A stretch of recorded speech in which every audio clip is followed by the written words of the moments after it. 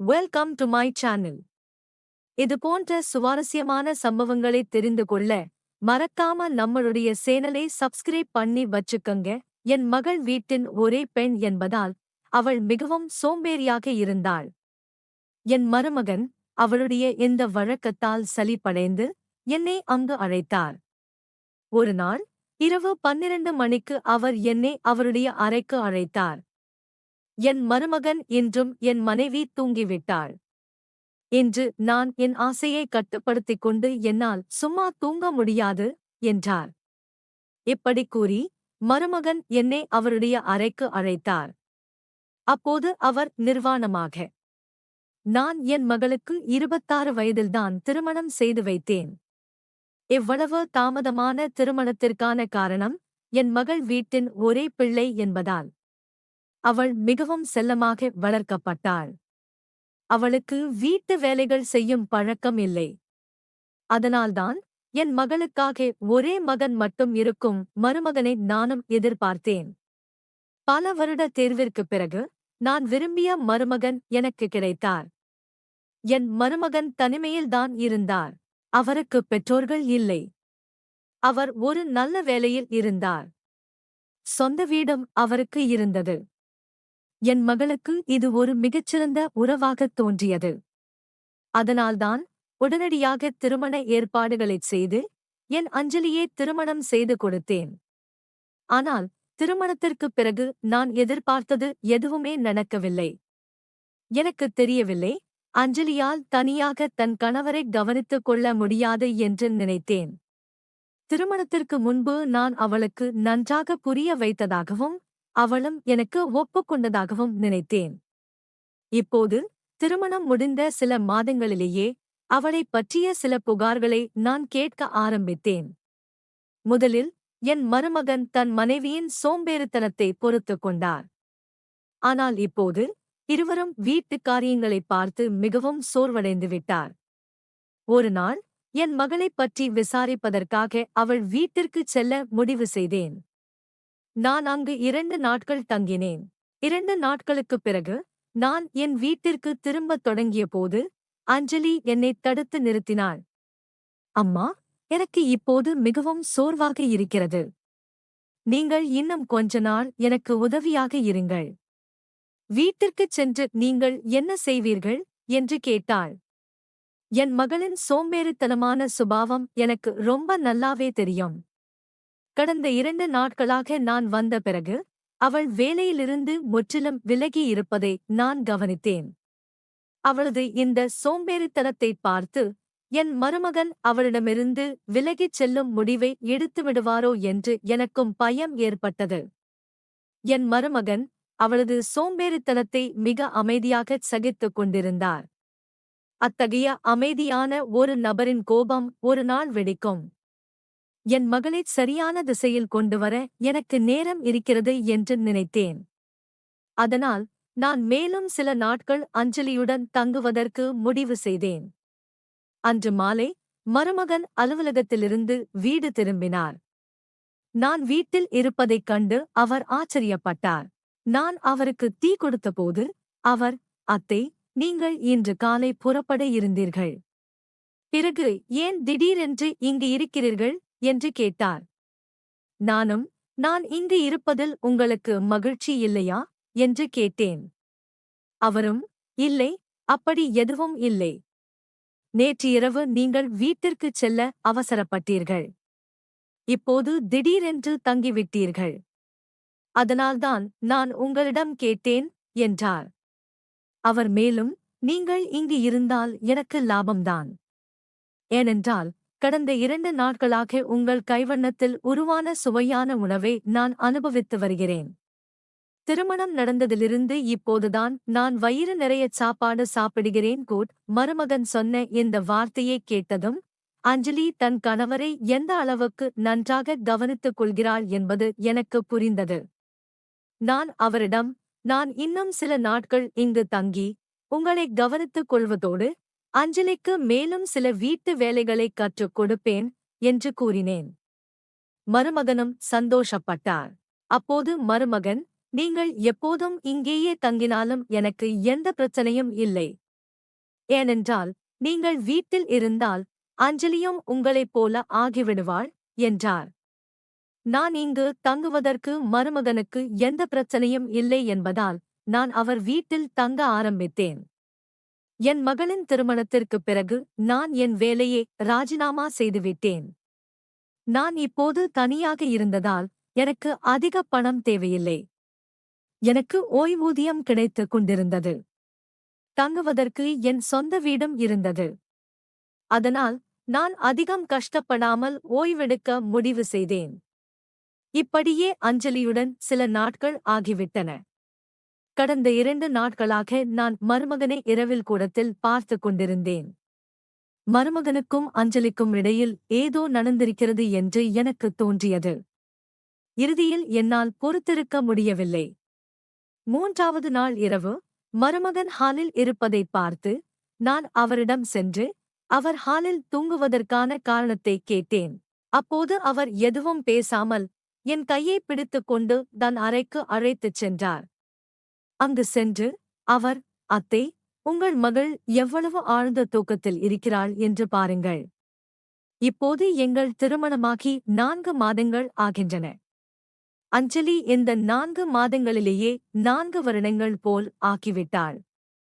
கணவனுக்கும் நேரம் கொடுக்க வேண்டும் என்பது அவளுக்கு தெரிந்திருக்க வேண்டும். அவளுக்கு தூக்கம் இவ்வளவு பிடித்தமானது என்பது எனக்கு புரியவில்லை. இது உண்மையிலேயே அஞ்சலியின் முதல் திருமணமா? ஏனென்றால் அவளுக்கு என்னிடம் எந்த ஆர்வமும் இருப்பதில்லை. இப்போது அவளுக்கு ஒரே விஷயத்தை தினமும் புரிய வைத்து என் தலை வலிக்கிறது. அதனால்தான் நான் கூடத்துக்குப் போய் தூங்கிவிடுகிறேன் என்றார். மருமகனின் பேச்சைக் கேட்டு நான் மிகவும் அதிர்ச்சி அடைந்தேன். என் மருமகன் என் மகனால் கொஞ்சம் கூட மகிழ்ச்சியாக இல்லை. அப்போது நான் அவரிடம், நீங்கள் கவலைப்படாதீர்கள், நான் அஞ்சலிக்கு புரிய வைக்கிறேன் என்றேன். மருமகனுக்கும் மகளுக்கும் இடையே நான் உறவை பற்றி எனக்கு தெரிந்ததால் என் கண்ணிலிருந்து தூக்கமே மறைந்துவிட்டது. எப்போது காலை வரும், நான் என் மகளுடன் பேசுவேன் என்று எனக்குத் தோன்றியது. காலை ஆனதும் மருமகன் அலுவலகத்திற்கு சென்றுவிட்டார். நான் அஞ்சலியுடன் பேச முடிவு செய்தேன்.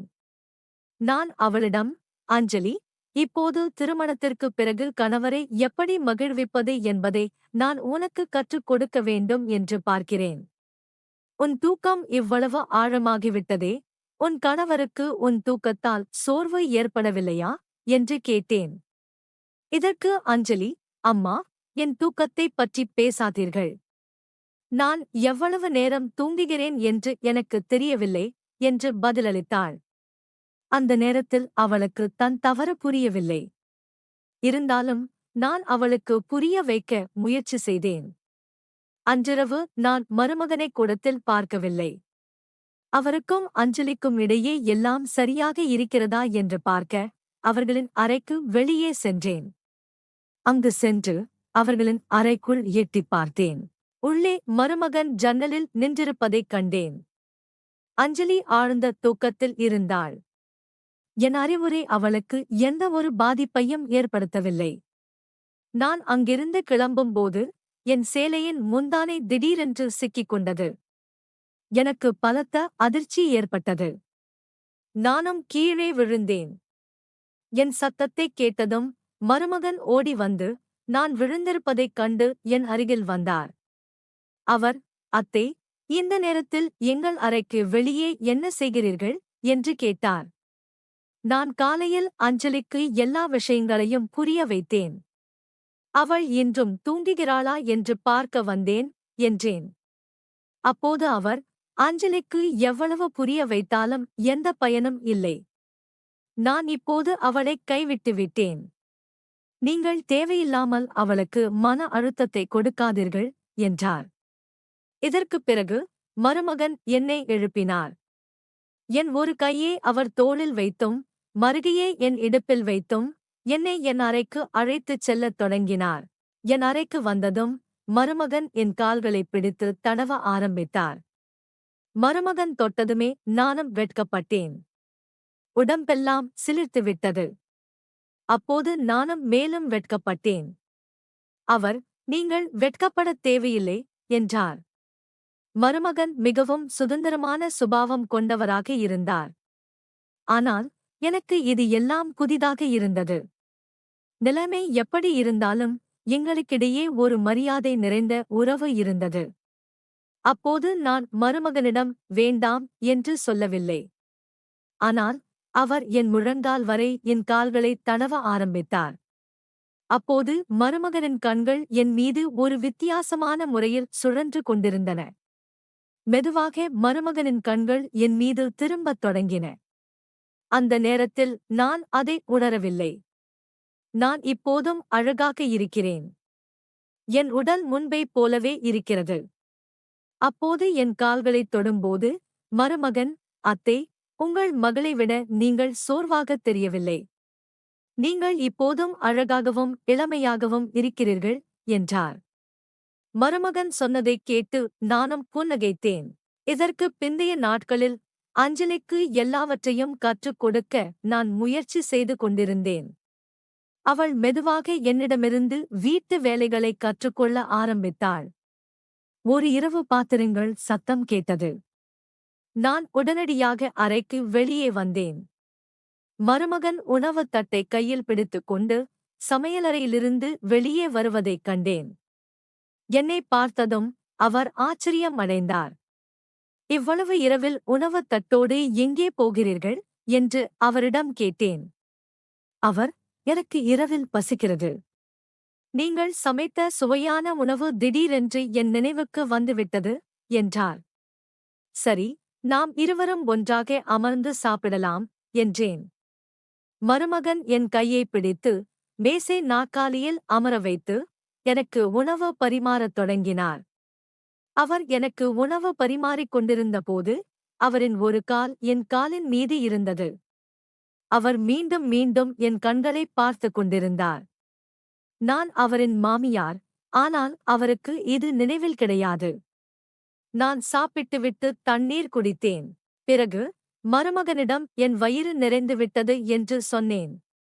ஆனால் மருமகன் மேலும் சாப்பிடுமாறு வற்புறுத்தினார். நானும் அவருக்கு உணவு பரிமாறினேன். அவர் என்னிடம் மிகவும் வித்தியாசமான முறையில் நடந்து கொண்டார். ஆனால் என்னால் அவரை மறுக்கவில்லை. நான் மருமகனிடம், நாளை சில மாணவர்கள் எங்கள் வீட்டை வாடகைக்கு எடுக்க வருவதாகச் சொல்லியிருக்கிறார்கள். எங்கள் வீட்டின் மாடியறை காலியாக உள்ளது. இந்த அறையை வாடகைக்கு விடலாமா என்று கேட்டேன். ஆனால் மருமகன் மறுத்துவிட்டார். நானும் வேறு எதுவும் சொல்லவில்லை. அடுத்த நாள் இரவு மருமகன் எல்லையை மீறினார்.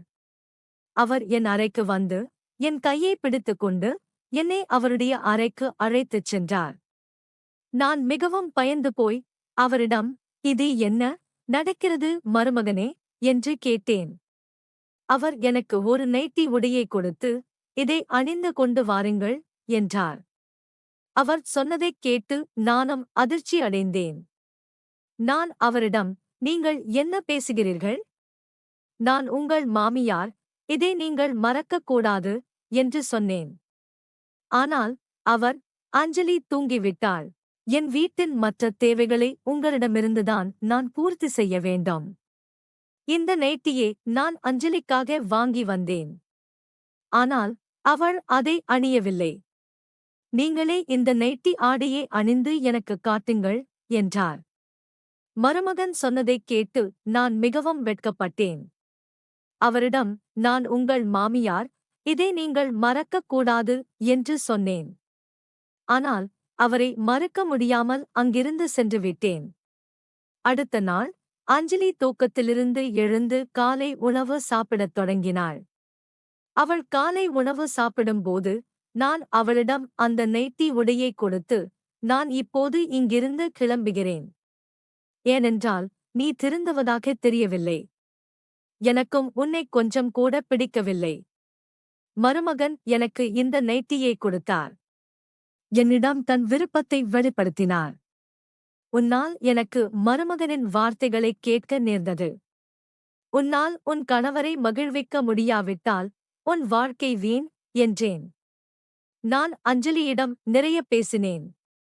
என் பேச்சைக் கேட்டு அவள் அழ ஆரம்பித்தாள். அம்மா, சில நாட்களாக எனக்கு நல்லது நடக்க வேண்டும் என்று நீங்கள் எனக்கு புரிய வைக்க முயற்சி செய்கிறீர்கள். எனக்கு எல்லாம் புரிகிறது. ஆனால் நான் என்ன செய்ய முடியும்? எனக்கு இரவில் ஏன் ஆழ்ந்த தூக்கம் வருகிறது என்று எனக்கு புரியவில்லை. திருமணமான சில மாதங்களுக்குப் பிறகுதான் எனக்கு இப்படி திடீரென்று தூக்கம் வர ஆரம்பித்தது. உங்கள் மருமகன் விவேக் என்னைப் பற்றி என்ன சொல்கிறார் என்று எனக்குத் தெரியாது. ஆனால் இன்றுவரை நான் உணர்ந்தது என்னவென்றால், விவேக்கிற்கு என்னிடம் எந்த ஆர்வமும் இல்லையூட். அப்போது அஞ்சலி தன் கணவரைப் பற்றி பொய் சொல்கிறாளா, அல்லது மருமகன் தன் மனைவியைப் பற்றி பொய் சொல்கிறாரா என்பதை புரிந்து கொள்வது சாத்தியமற்றது என்று நினைத்தேன். அன்றிரவு நான் அஞ்சலியை என் அறைக்குச் செல்லச் சொன்னேன். அவளுக்குப் பதிலாக நான் அங்கு சென்று படுத்தேன். அன்றிரவு நான் அஞ்சலியைப் போல நைட்டி உடை அணிந்து அவளுக்குப் பதிலாக தூங்க முயன்றேன். நான் என் முகம் வரை போர்வையை இழுத்துப் போர்த்திக் கொண்டேன். மருமகன் அவரின் அறைக்கு வந்தபோது நானும் அதிர்ச்சி அடைந்தேன். என் கால்களிலிருந்து போர்வை கொஞ்சம் நழுவியது. அப்போது மருமகன் என்னை அஞ்சலி என்று நினைத்துக் கொண்டார். அவர் என் அருகில் வந்து என் கால்களை தடவ ஆரம்பித்தார். அந்த நேரத்தில் எனக்கு ஏதோ விசித்திரமாக நடக்கப் போகிறது என்று தோன்றியது. ஆனால் அதே நேரத்தில் கதவு சத்தம் கேட்டது. எனக்கு ஒரு பெண்ணின் குரல் கேட்டது. மருமகன் என் கால்களை தடவிக் கொண்டிருந்தார். இதைப் பார்த்த அந்த பெண், விவேக், என் மீது உனக்கு சலிப்பு வந்துவிட்டதா?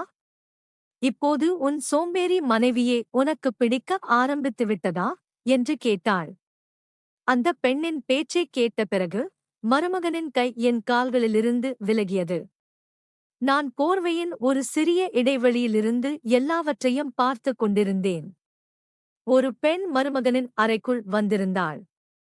அவள் என் மருமகனைக் கட்டி அணைத்திருந்தாள். கொஞ்ச நேரம் கழித்து இருவரும் படுக்கையில் என் அருகில் வருவதைக் கண்டேன். அந்த பெண் மருமகனிடம், விவேக், கொஞ்சம் பொறுமையாக இரு. உன் மனைவி எழுந்திருக்க மாட்டாளா என்று சொல்லிக் கொண்டிருந்தாள். அதற்கு மருமகன், அவளால் காலை வரை எழுந்திருக்க முடியாது. ஏனென்றால் இன்றும் அவள் குடிக்கும் நீரில் தூக்க மாத்திரையை கலந்திருக்கிறேன் என்றார். அதற்கு அந்த பெண், உன் மனைவியின் வேலை முடிந்தது. ஆனால் மாமியாரை என்ன செய்வது? அவர்களால் நம் அன்றாட சந்திப்புகளில் இப்போது தடை ஏற்படுகிறதே என்றாள். இதற்கு மருமகன், என் மாமியாருடன் நான் விரும்பாமலேயே அப்படிப்பட்ட முறையில் பழக ஆரம்பித்திருக்கிறேன். இப்படி பழகினால் அவர்கள் வெட்கப்பட்டு தாங்கள் வீட்டிற்குச் சென்று விடுவார்கள் என்று நினைத்தேன். ஆனால் அவர்கள் இங்கிருந்து செல்லத் தயாராக இல்லை என்றார். மருமகனும் அந்த பெண்ணும் பேசியதைக் கேட்டு நான் திகைத்துப் போனேன். அதாவது மருமகன் என் மகளை ஏமாற்றிக் கொண்டிருந்தார். அப்போது நான் போர்வையிலிருந்து வெளியே வந்து அவர்கள் இருவரையும் பார்த்தேன். என்னைப் பார்த்ததும் மருமகன் அதிர்ச்சி அடைந்தார். நான் அவரிடம், நான் உன்னை ஒரு நல்ல மனிதன் என்று நினைத்தேன். ஆனால் நீ என் மகளை ஏமாற்றுகிறாய். நான் உன்னை அவ்வளவு எளிதில் விடமாட்டேன் என்றேன். அதற்கு அந்த பெண், உன் மகள் கொஞ்சம் பைத்தியம் பிடித்தவள். இப்படிப்பட்ட பெண்களை எந்த ஆண் விரும்புவான் என்று சிரித்தவாறே சொன்னாள். இப்போது நீ எல்லாவற்றையும் பார்த்துவிட்டாய். நாங்கள் உன்னிடமிருந்து உன் மகளிடமிருந்தும் விடைபெறுகிறோம். ரூட் மருமகனின் கள்ளக் காதலைப் பற்றி அறிந்தபோது எனக்கு பெரிய அதிர்ச்சியாக இருந்தது. என் அப்பாவி மகளை அப்படிப்பட்ட ஒருவரிடம் வாழ நான் அனுமதிக்கவில்லை. மருமகனின் காதலியின் அவதூறுக்கு அஞ்சி மருமகனுக்கு எதிராக எந்த நடவடிக்கையும் எடுக்கவில்லை. ஆனால் நான் அந்த கையாளாகாதவனை காவல்துறையிடம் ஒப்படைத்தேன். என் மகளை ஒரு பொய்யான உறவிலிருந்து விடுவித்தேன். அதற்குப் பின் நல்ல ஒரு அருமையான மாப்பிள்ளையே திருமணம் செய்து வைத்தேன். என் மகளும் ஒரு வருடத்தில் குழந்தை பெற்றெடுத்து இப்போது சந்தோஷமாக வாழ்கிறாள். இதைப் பற்றி உங்களுடைய கருத்துக்கள் என்ன அப்படிங்கறதை கீழே இருக்கிற கமெண்ட் செக்ஷன்ல கண்டிப்பா சொல்லுங்க. தேங்க்ஸ் ஃபார் வாட்சிங்.